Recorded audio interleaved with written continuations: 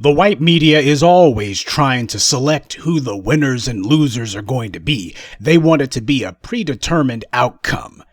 They do this through a number of means, but the two main means that they use is to carpet bomb the public mind with all kinds of lying headlines declaring that so-and-so is a rising star or that so-and-so is irrelevant. But the other technique that they like to use is the lie of inevitability, that it's a foregone conclusion. This is a form of social brainwashing, and it's done so as to ingrain into the public consciousness that whatever the outcome it is that white supremacy wants, well, it was inevitable. It was the natural outcome and couldn't have gone any other way, when in reality, it was the white media, the mouthpiece of official white power, browbeating the public and just smashing them over the head with what their chosen outcome is to be.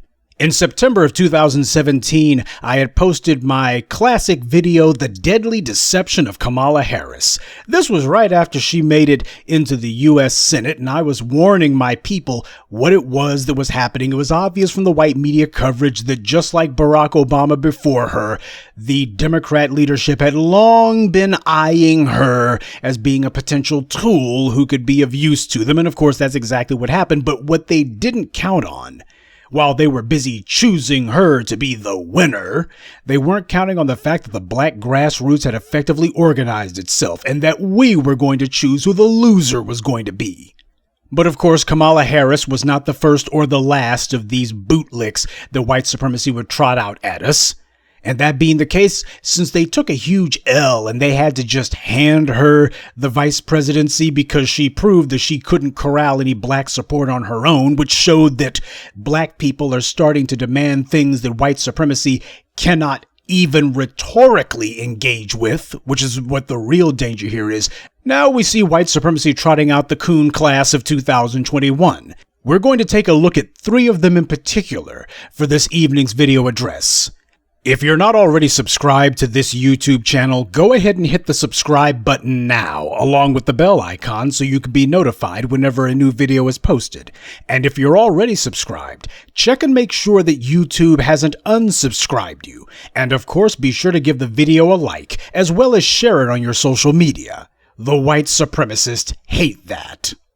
Now, the first of these incoming bootlicks who we're going to be profiling is none other than America's favorite cop, Val Demings. I've been telling you about her for a minute now, and you need to understand, this woman didn't just pop up out of nowhere. Oh, they've been grooming her for quite some time. Val Demings was never seriously being considered for the vice presidency, by the way, in case anyone's stuck on stupid about that one. Hell, even she knew that. But by throwing her name around loosely like that, the entire political operation was to raise her political profile. The objective was to try to see if they could start to build back some of their street cred with all of the former slaves who had broken bad on them in 2016 and in 2020. That's what Val Demings' entire purpose is. So the white media is giving her all manner of puff pieces. They're just bigging her up because that's the entire point. This is an ethno-political operation that's taking shape, and she's supposed to be the front woman for this little would-be cheerleading exercise. They saw what happened with Kamala Harris. Black folks were pointing out that this woman's immigrant background means that she basically calls herself black, but we haven't been able to actually confirm that. She certainly has nothing in common with those of us who are descended from American slaves. So they bring in Val Demings, who I showed you that CNN piece about her, where they made sure to single out that her father and mother are descendants of slaves, though they left the American part off. That's a little bit of white media amalgamation to make it where, well, it doesn't matter if it was in the Caribbean or Africa or whatever. Long as you're descended from slaves, well, you can't really question her on that. And what'll happen is you vote for Val Demings because the white media told you that she's descended from slaves. And she'll say, my slave ancestry came from Maryland or wherever. And you'll be sitting here going, well, damn, she didn't do a damn thing for us any more than Kamala Harris did. But of course, the damage will have already been done. You will have already put yourself back in the trick bag. At least that's what they're hoping for. The clueless Caucasians over at CNN might have thought that they were doing Val Demings a big favor with their little puff piece. By the way, the piece was written by two white people. Couldn't even get some black folks to try to sell the lies on this one, huh? But when you read the piece, you see that once you get past the talk about being descended from slaves, once you get past that loose talk and you look at the rest of Val Demings' resume, it reads exactly like Kamala Harris's. Val Demings attended segregated schools for much of her childhood. She joined the Orlando Police Department in 1983, but not until she put in 2 years as a social worker. I can only imagine how many black families she took part in breaking up. Eventually, after about 25 years in the department, Val Demings became police chief. Gee, kind of reminds you of Kamala Harris, don't it? Kamala Harris talks about, we were bused to school. We were the first kids who integrated those schools. And Kamala Harris joining the Alameda County DA's office with a little help from low-down Willie Brown. And Kamala Harris, of course, spending 20 plus years helping to lock black people up and helping to make sure that racist cops or citizens in general who attack black people went unprosecuted. Val Demings, same thing. She had no problem whatsoever protecting racist cops. So in the case of Kamala Harris and Val Demings, they're floating a black female who they hope that's going to pluck the heartstrings of black women. It didn't work with Kamala Harris, but they're hoping this time it'll work with Val Demings. And the narrative is supposed to be this person who has been promoting and protecting white supremacy and persecuting black people. Why? You should overlook that. Why? She has experience with being discriminated against. Why? She went to a segregated school. And then what does she take away from that experience of being segregated against? What does she take away from that? She immediately ran so that she could be part of the enforcement arm of white supremacy.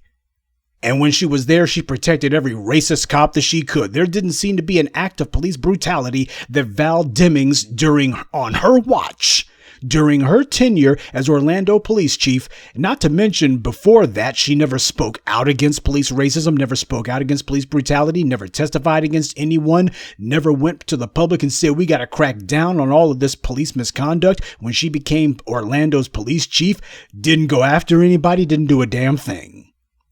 Oh, but we need to put her in the Senate because, well, they don't actually say what she's going to do for black people, just like Kamala Harris. They don't actually say, well, you should put her in the Senate because she's going to do ABC for black people. Instead, it's just your racial concerns are no big deal. This black woman has experience with racism because we say so. And don't worry about anything you're going to get. We're not even going to talk about that because it's so unimportant. Washington Post decided this week that they were going to do their own little puff piece for her in the Washington Post. Rising Democrat star Val Demings wants to challenge Senator Marco Rubio. Could she win? Let me go ahead and take the suspense out of it for you. Without black support, she won't. Now, this puff piece, like a number of others, showing that this is the same playbook that they ran with Kamala Harris. They're talking about nothing but black female support. They place a heavy emphasis on that.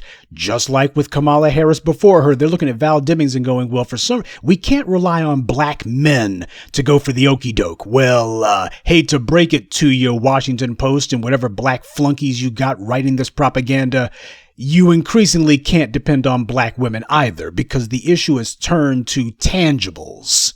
The Washington Post piece points out that Val Demings has got support from black women's organizations.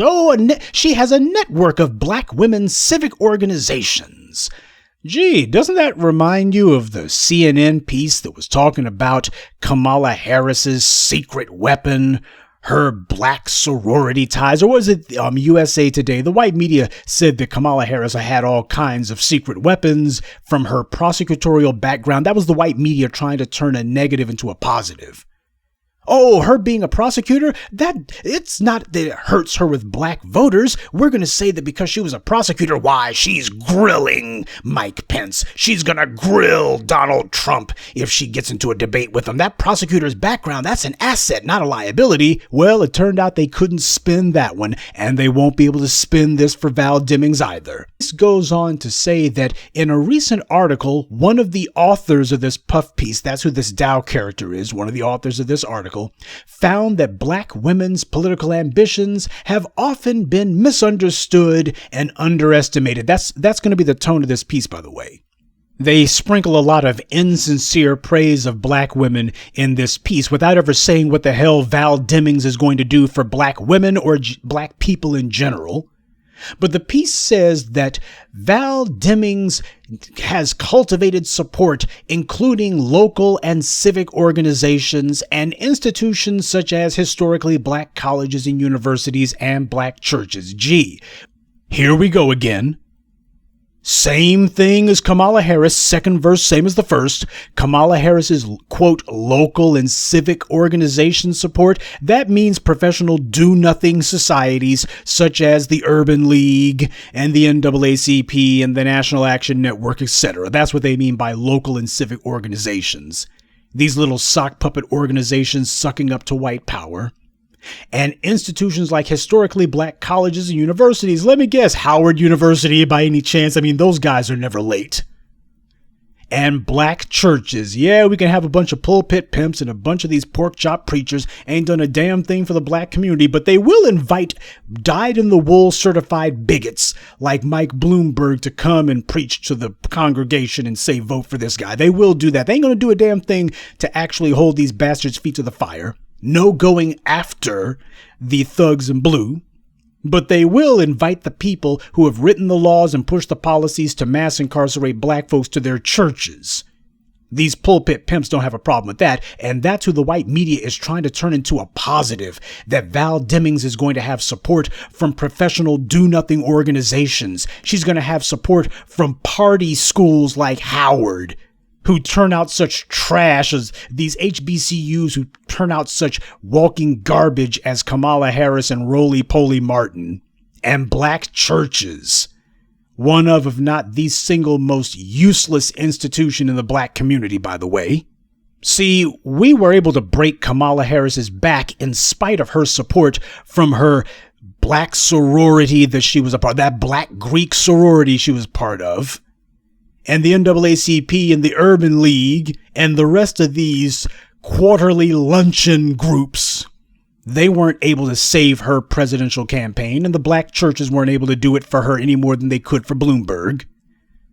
But since the white media doesn't have any new plays, they got to go with the same old ones, so they're trying to rehabilitate this old, stale playbook. Oh, but it gets better, because if you want to know a little bit more about Val Demings' resume and how much it mirrors Kamala Harris's, here's one for you. Val Demings, the Post piece says, has been a fixture in such black women's organizations as the Delta Sigma Theta sorority and, wait for it, the local Orlando chapter of the Lynx. Yeah. Those Lynx. Shout out Tariq for helping to put the spotlight on that organization in particular. See, this is what the black Biden supporters and the rest of these Kamala bots and others, they're going to be the same clowns who show up later trying to pretend as if, oh, we weren't supporting Biden, we weren't supporting Kamala Harris, but we're going to tell you guys vote for Val Demings. Just expect to see the same idiots with different screen names, or maybe the same accounts who are going to be trying to run away from their prior support for these people who didn't do a damn thing for us. They'll be running around saying that Val Demings should get black support, but they won't be saying anything about the Lynx. See, that's going to be something that they don't touch. But this is who Val Demings is. A career cop, part of some black Greek sorority, with ties to do-nothing organizations, and of course, she's a card-carrying member of the Lynx, one of these groups of would-be overseer class of Negroes, who was supposed to be overseeing the rest of the slaves on the plantation. This is who Val Demings is. And why is the white media putting this out here? Well, the thing about it is, they saw what happened with Kamala Harris. We read that heifer up one side and down the other. It's all going to come out. It's all going to be scrutinized. So what's happening is they're trying to get out in front of this now, before Val Demings has even formally announced her candidacy. But the way the white media is playing it, it seems to be a fait accompli that that's exactly what she's going to be doing. Mushmouth Crump certainly seems to think so. Oh yeah, Ben Crump has already given his endorsement, for what it's worth, to Val Demings of all people.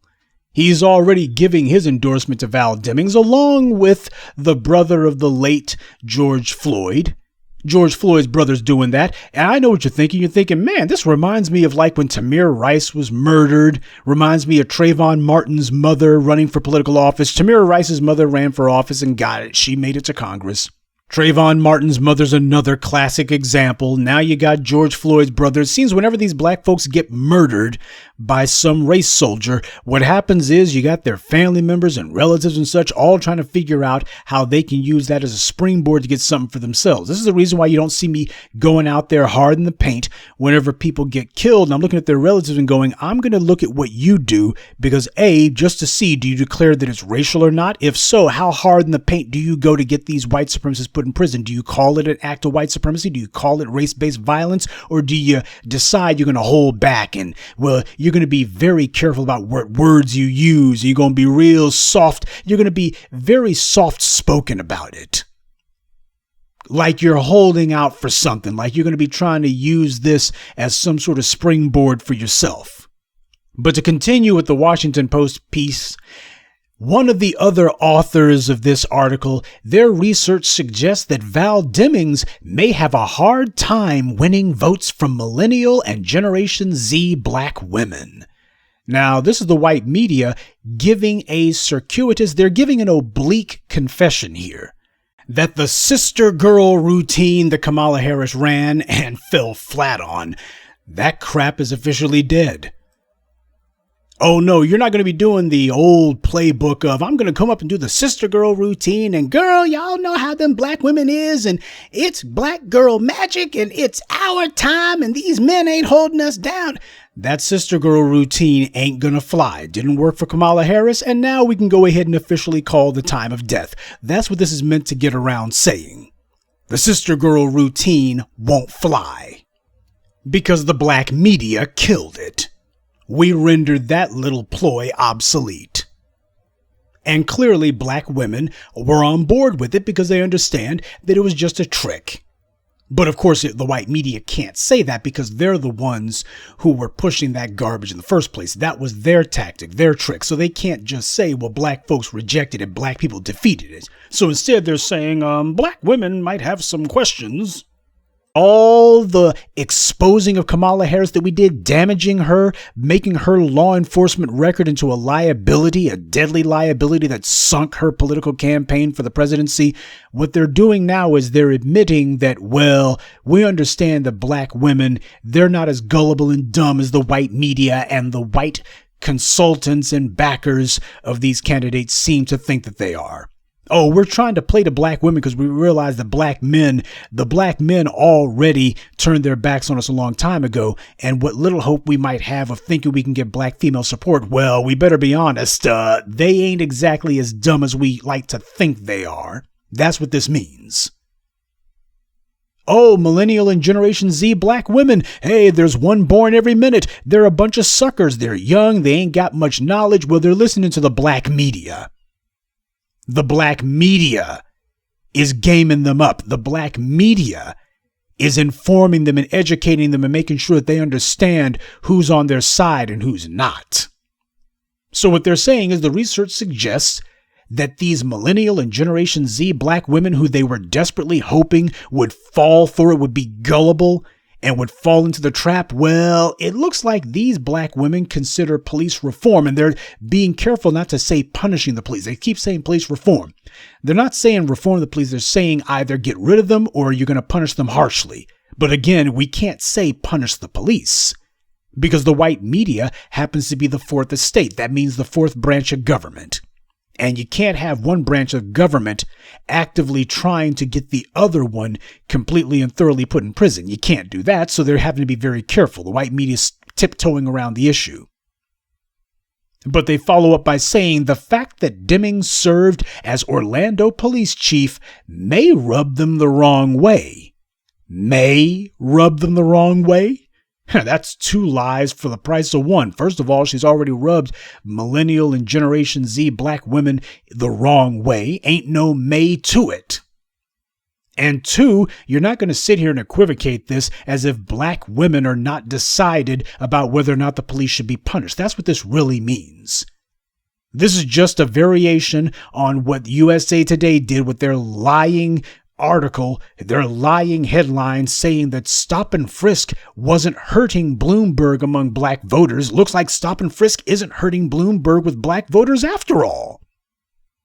That is a day before he went to Selma's Brown Chapel AME church. The congregation turned their backs on him, and the very next day almost, Bloomberg said, I'm bowing out of the race. And the white media's like, oh, it looks like stop and frisk hurt him all right. See, they're trying to see if they can get away with it. This is just a variation on the same lie. Oh, we know that they're out here. Black women are out here protesting against the police just like black men are. Black women are out here saying, if you ain't going to lock the bastards up, you're going to have to get rid of them, abolish them altogether. And the white media trying to make it seem like, well, black women, they do favor the police. They're not sure how they feel about Val Demings being a career cop. They're not sure about how they feel about her being a career thug with a badge. They're not sure. Maybe her police past might rub them the wrong way. They're not really decided, you see. This is trying to dictate to black people what they believe. You don't really oppose Mike Bloomberg because of stop and frisk. You don't really have a problem with that, like some sort of twisted version of the Jedi mind trick. You're not really angry about stop and frisk. We ain't really angry about no stop and frisk.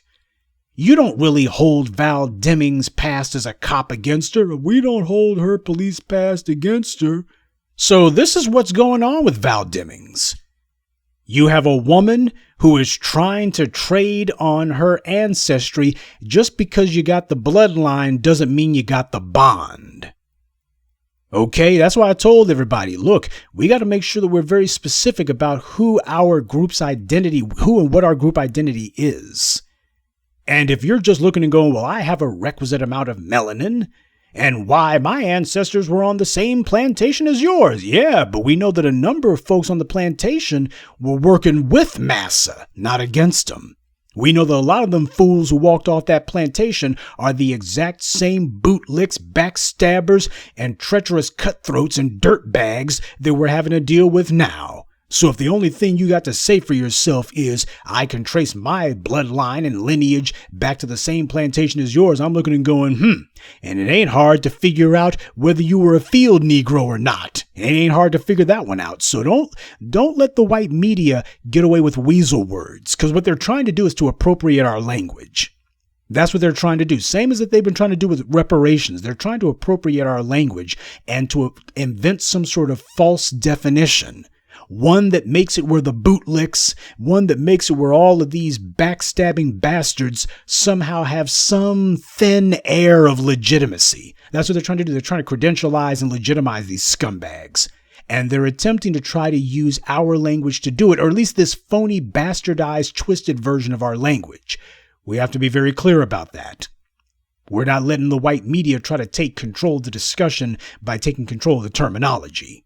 But we'll be talking more about Kamala Harris 2.0, as Val Demings is. We'll be talking about her more as the months go by, because they're going to be spending a lot of time trying to build her up. A lot of trial balloons. We'll be talking about her sorority ties, for all the good that it did Kamala Harris, but they think, hey, no new plays, so you might as well run the same old ones. Oh, we'll be talking about Val Demings' links with the links. We'll be talking about all of her odious and perverted connections. But while we're on the subject of odious and perverted, that brings us to Jonathan putting on his Capehart. Oh yeah, this guy's got more soy than a tofu factory.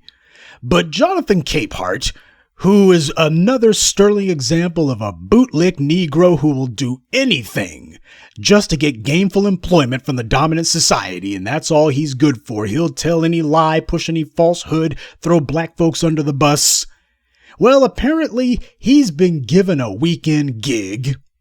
Joy Reid's old slot happens to be free, and I guess they were floating some trial balloon Negroes, and they decided, let's give it to the Jonathan Capehart. You know, CNN's already got their own LGBT mouthpiece who spouts a bunch of bull crap, so we need one too, or at least it'll be fun to laugh at him. So we're going to go ahead and give old Capehart a slot, and here we go. Somewhere, Roly-Poly Martin is crying. You know that. You know he's somewhere going, what the hell I got to do? I mean, who's behind you at a kiss in order to get a job? I don't understand. But Jonathan Capehart, same as Simone Mamie Sanders and Joy Reid and Roly-Poly and all the rest of these clowns, this is what these scumbags throw black people under the bus for. Just to get gainful employment. That's it. But this Capehart character in particular, this bastard has been spending a damned long time attacking black people across the board. And you'll find out that there's a reason for that, a personal reason for him in particular. Capehart, I brought to your attention in 2019 how this bastard wrote an op-ed piece for the Washington Post, who he works for, by the way.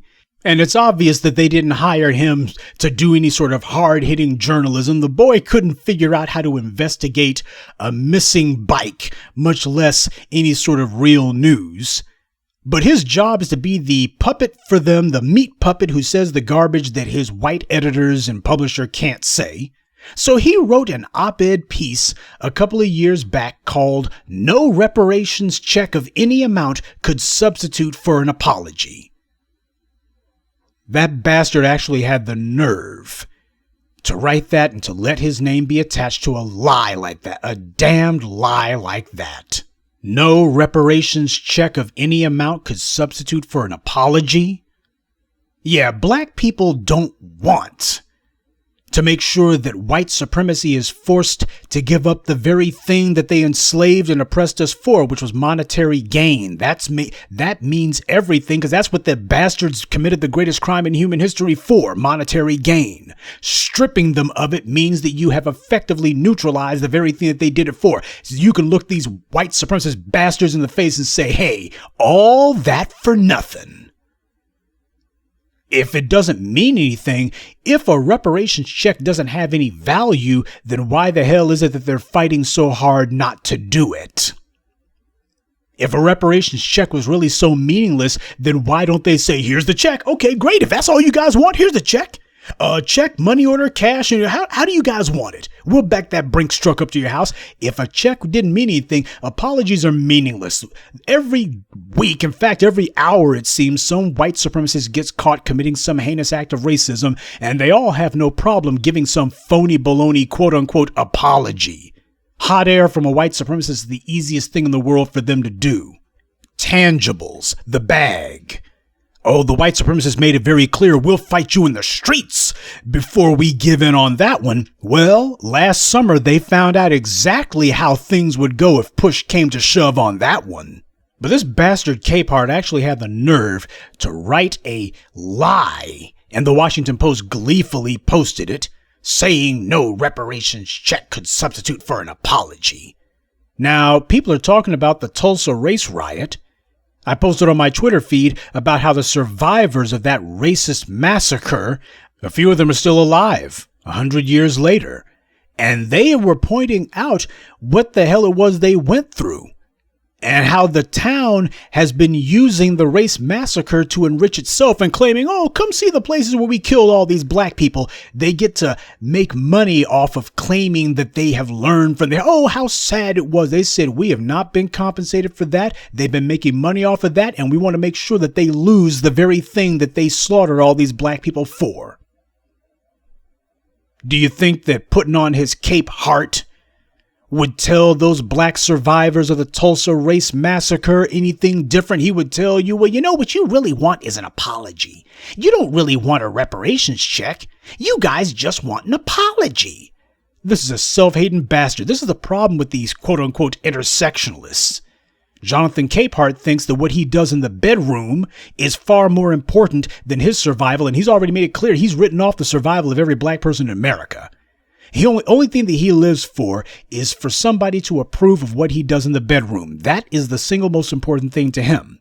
Survival is at the top of your totem pole of values. But for the Capeharts out there, he could give less than a damn about that. And this 2019 lie that he wrote, this is far from the only lie that he's put in print in the white media. Why, in 2015, when you had the first of this new wave of justice in the streets, the first of this new push against racist killings of black people taking shape, Jonathan Capehart was the first one rushing out, trying to disrupt and disperse the momentum. He wrote another op-ed called "Hands Up, Don't Shoot" was built on a lie. Again, you can't get some white supremacists to say this garbage, so you have your in-house token Negro, this pet jackass, who does this garbage instead. And he says, well, if the FBI says that they feel that Mike Brown was in the wrong, that's all that matters. Now, of course, the FBI didn't prove anything. They had no proof. They just looked and said, well, we can't prove that Michael Brown was murdered. That's okay. They weren't trying to prove he was murdered. They were trying to find anything that they could. Didn't matter if it was hearsay or just made up, to say, well, we feel that the killing was justified. That's what it was about. The FBI was rubber stamping the murder of a black person because that was what Eric Holder wanted. Eric Holder wanted to make sure that that was exactly what happened, and that is what happened. And you had his successor, Loretta Lynch, appropriately named, who of course continued the exact same policy, rubber stamping the murders of black people. And Jonathan putting on his Capehart, trying to justify it and sanctify it. Oh, I was just like the rest of you dumb Negroes. I too was outraged at the killing of Michael Brown, and I was just so saddened. But the white people that I work with and the white man who I'm in a relationship, who I'm married to and who I sleep with every night, they told me that this nigger had it coming, and you know what? I agree. And that's what Capehart wrote, and that's why he wrote it. This clown looks for the approval of the white supremacists, and that's all that matters to him. Hands Up, Don't Shoot was built on the truth. It's the blue lie, which died on January 6th. That's what was built on a lie. Blue Lives Matters was built on a lie. The talking points about, if they had just complied, that was built on a lie. Capehart's entire career is built on a lie, and he perpetuates it through the use of more lies. But of course, as the pet liar for the white media, and every time you see this Capehart clown, isn't it interesting how every time you see this moron, he's got his mouth gaped open.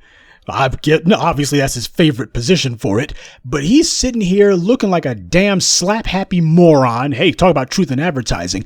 That's what this idiot is. But the white media loves to celebrate its morons because this is no different than whenever you got some black NFL player who puts on a dress or does some subservient garbage. They got one of their bought and paid for Negroes who they can point to and say, look what we made this idiot do. And, for them, that's a victory. We got this black male who dances to our tune, and this clown just grovels or otherwise makes a fool of himself at the drop of a hat for us. And just look at it. Oh, they feel like that's a victory for them. And that's what these clowns are around for. That's why they keep them on the payroll. The New York Times, of all publications, not surprisingly, decided that they were going to do an article, a story about Capehart and his husband getting married. And look at who it is who's officiating the marriage. None other than Eric Holder. Eric Holder, he's sitting here seen crying in the picture. Main reason that he's crying is he's like, you know what? I wonder if them black folks who are going to be taken to the streets, if they're ever going to get me put in prison. That's what he's thinking about right then. He's sitting there thinking to himself, man, if these guys ever get some momentum behind them, my goose is cooked. Oh, wait, y'all two getting hitched? I forgot all about that. And of course, Capehart was very proud of his little write-up in the New York Times. Doesn't take much to impress a Bootlick. He went on his Instagram, because attention whores can never have enough social media. But he went on his Instagram where he posted a caption, an excerpt from the puff piece that talked about Eric Holder officiating the wedding. And it notes that Capehart and his life partner moved up their wedding so they could be married under the current administration. Now, I think that that's telling for two reasons. First of all, what it means is they wanted to be married under Barack Obama's on his watch. But the second thing is these two's original plan was they were going to get married under what they thought was going to be the Clinton administration. That's what they were. You can see what they were doing here. Well, originally we were going to get married after the new administration was sworn in.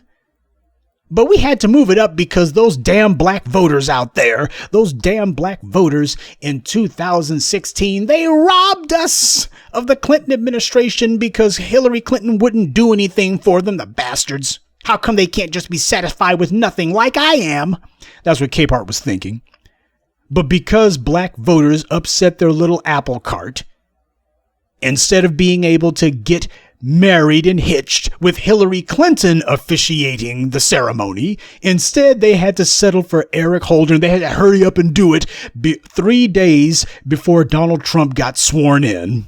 And look what it is that Eric Holder is quoted as saying. Here, he, talking about Eric Holder, raises his fist saying, "I guess that means we're part of the resistance." Part of the resistance? That bastard Eric Holder, he did everything that he could to support the killing of black people. He did everything he could to support the murders killing black folks in the streets. Resistance? What the hell is he resisting? He ain't resisting white supremacy. He's not resisting race violence. What the hell is Eric Holder resisting? Well, what he means is resisting black empowerment. Oh yeah, he's certainly resisting that. And so is Capehart. And so is Capehart's life partner, this Schmidt character. I do think that it needs to be noted that Nick Schmidt, Capehart's life partner, happens to be a former State Department official. Oh yeah, this is the guy who Capehart is married to. This is who he is involved with for many years, I would imagine.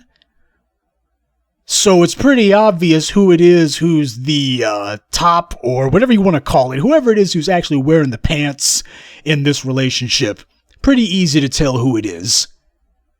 This Schmidt character working for the State Department, and you have his partner, Capehart, running around writing articles saying black people don't want reparations, they want an apology. And saying hands up, don't shoot was based on a lie. Man, this is propaganda straight from the U.S. government. I mean, there's not even 6 degrees of separation here. It's straight from Massa's mouth to Capehart's whatever. So it's no surprise that Capehart and his lifestyle partner are mobbed up with career racists like Mike the Bigot Bloomberg. Oh yeah, black folks didn't want Bloomberg within 1,000 miles of him. Bloomberg goes to a black audience, they turn their backs on him. But Capehart, nah, he's just there cheesing. Oh yeah, Capehart, he's the happiest smiling token moron in the room. No questions about stop and frisk from Capehart.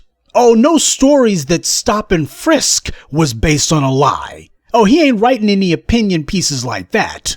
Because the propaganda arm of white supremacy hired this idiot exactly for that purpose. He is not supposed to question the policies of white supremacy. He's supposed to defend them, which he has done. And as his reward, the white media's decided, well, we need some idiot who's going to do for us what Don Lemon's done for CNN. Exactly nothing. But you will be the non-threatening Negro who we put on the weekends to spout the garbage. You're going to be the non-threatening Negro until Joy Reid, until we get tired of looking at her or what have you. When it's all over, I imagine Joy Reid's going to be gone. Capehart's going to be on the weekends, and they will have gone from having their token mammy on the weekdays spouting lies to having their non-threatening LGBT Negro on the weekends, and that'll be all the black folks that you see on MSNBC. By the way, when they get rid of Joy Reid, don't be surprised when they bring up her alleged anti-LGBT statements. And don't be surprised when Putting On His Capehart defends that action and props it up and says, well, she did say all this stuff and I was shocked and it was only a matter of time. So don't be surprised as we see more of this little feculent mouthpiece on MSNBC. His profile is going to get higher, don't worry about that. So we will be keeping an eye on him. And the final person who we're going to profile tonight, there's plenty of others who we could be looking at, but these are just three in particular that I'm going to be keeping my eye on. The third one's going to be Stacey Abrams. No, you have not seen the last of Big Mama Blowdown. You ain't seen the last of her. She's basically trying to figure out how to raise her profile as much as she possibly can. She's trying to get that job, just like Simone Sanders, all these pathetic idiots. She's still auditioning for a job. The Democrats are putting her out there because this is supposed to be their little would-be den mother who's going to be keeping an eye on the black folks in Georgia. She was auditioning for the job of keeping black folks in Georgia corralled.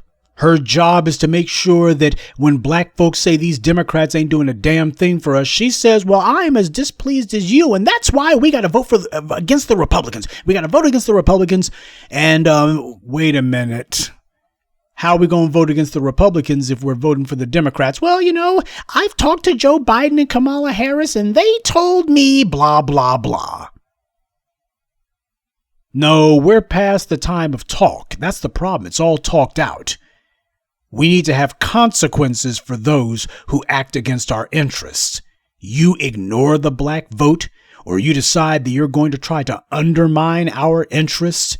You're going to pull some stupid one-size-fits-all policy for everybody and call that reparations. That directly attacks our interests.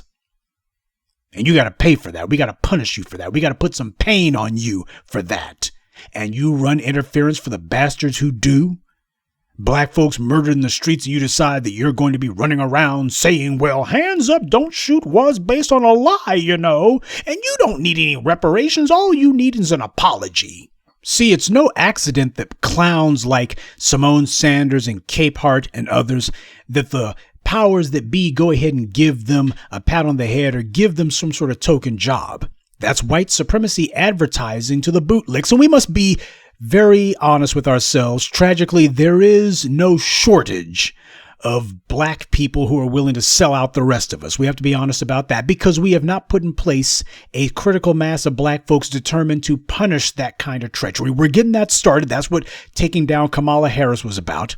That was what cutting off Stacey Abrams and Andrew Gillum at the knees was about. That's what that was about. It was about showing we can make consequences for you bastards. Roly-poly, he still ain't found a damn job yet. All that sucking up ain't as lucrative as it used to be, but the white media understands how the game is played. You find your one or two token Negroes who you give some little do-nothing position to, make sure, as Malcolm said, make them prominent, make sure it's on TV so people see it. And what this says, it advertises to the rest of the aspiring bootlicks, hey, this is the crap you have to say if you want us to put you on. You want us to give you a job, give you some stupid little position where you have a speaking fee if you show up on one of our TV shows as a panelist. We give you a little bit of money every time you show up on one of our shows. They do that kind of garbage. And if you want that too, here's what you got to do. And everybody clearly understands that. How do I get the white media to put me on TV? Well, all you got to do is say that hands up, don't shoot was a lie. Gee, sounds just like Fox News, doesn't it? Because when it comes to justifying the murders of black people under white supremacy, there is no difference between the white left and the white right medias.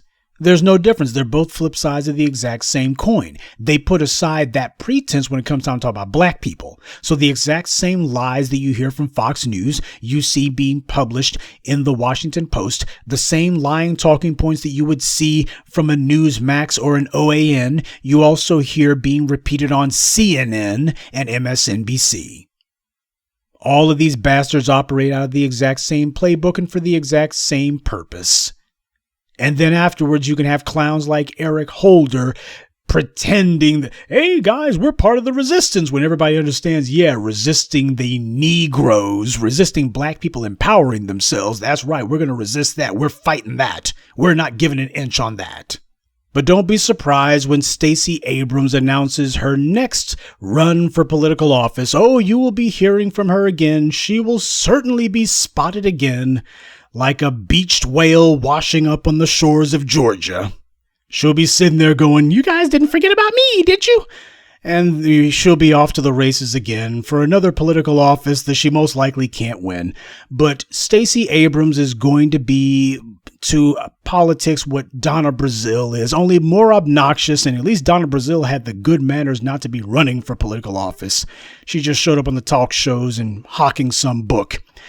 Typically, whenever politicians are attempting to position themselves for a major run in federal office, they'll have like a biography that they put out. They write some sort of book filled with all sorts of stuff that in most cases didn't even happen. But in Stacey Abrams' case, she doesn't even have any prior political victories under her belt, so writing her biography is clearly out of the question. So instead, she decided to write a so-called novel.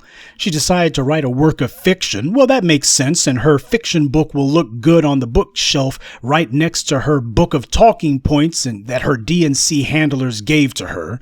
One book of fiction right next to the other one. But Stacey Abrams is also another person who you're going to be seeing more of. As the year wears on, they're going to be positioning her for her next political run. But this is what's happening here. There's going to be plenty of others. I'm not saying that this is an exhaustive list. It's just a matter of we need to be having folks who are on our radar, who we make sure to keep up the steady drum beat against. This is just a den of vipers.